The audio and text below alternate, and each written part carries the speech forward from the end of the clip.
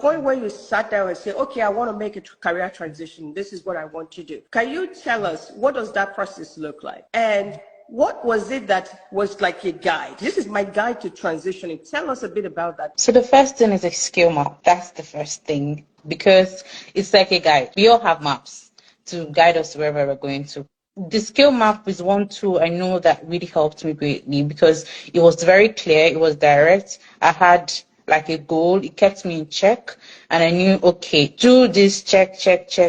It's guaranteed for success. If you do this, finish all these things, you should be able to get to where you want to go to. So skill map, yeah, was my thing, go to. For you, what did it take you to go from where you were before to becoming an expert in a new field? It took me about 6 months to really get all the skills I needed from our map to get from point A to point B. And interestingly, when I moved down here, I didn't have to do anything extra. Yeah. So I didn't. So it was all those 6 to 8 months of like pushing myself, getting all those skills, being relevant. And these are relevant skills. Skills that are relevant anywhere.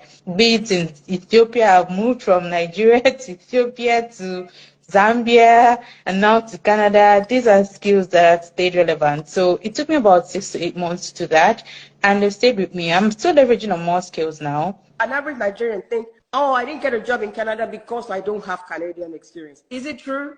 No, it's not. I don't. So she doesn't have experience. She has 0 Canadian experience.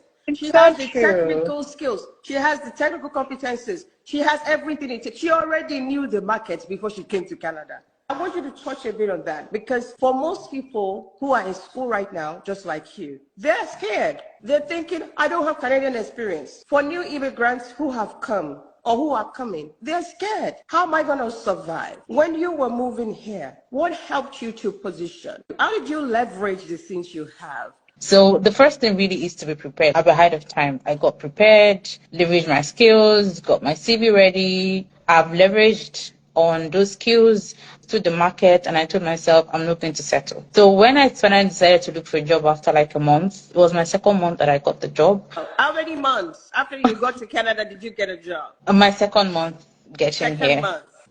Believing that you are smart is not going to cost you to get that job. If you don't have understanding of that market, you're going to suffer in that market, and it's not going to be like, okay, it's village people. It's not village people.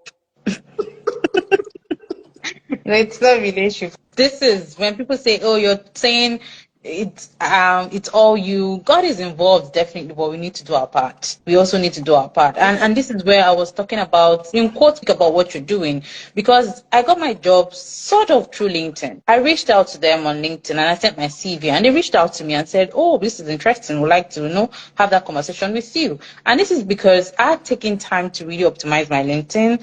All I have done, all the things I have done, the skills I've acquired from the mapping, all of that, all on LinkedIn.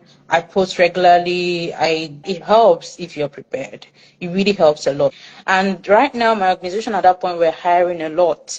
And I know quite a lot of people who got hired, a lot of students that got hired, not where I am, but like from other places. But that means they were ready, they were prepared, they were looking for people, and they saw somebody who, we could offer this person this job, because in as much as she just came, she has the skills, she has those qualifications. And so I would just say be prepared, do your best. Isn't it, if there are 3 things that you would tell an immigrant based on your experience so far, it may not even be something you experience yourself, but what you see people around you experiencing, what would that be? Well, the first one is know the market. Know and understand the market, where you're going to. Because I think sometimes we all have this rosy, mirrored glasses. We look at things differently. You're from Nigeria, they're telling you a lot of things, and you've not really taken time to understand the market yourself and how it fits with your goals. So understand the market, know the market you're trying to get into. It doesn't make sense you're trying to you just jump blindly into the water and sharks will eat you. So it's better that you understand where you want to get into. That's one. And then secondly is that mentorship is really very important, that guidance. For me, I see mentorship and coaching as a shortcut to get to where you want to go to. It's investing in yourself. it is really amazing. Like, you spend how much and then you get so much back in return. So that's the second thing I'm going to say is mentorship. It's very important. And third, I'm just going to say, be ready to get out of your comfort zone. Be ready to be out of your comfort zone. You won't have a title of this, that. But here it's called something else and you see it as a demotion. No, it's not. It's the same thing. You may probably be earning even more. So it's just for you to get out of your comfort zone. And I think that comes from also knowing your market.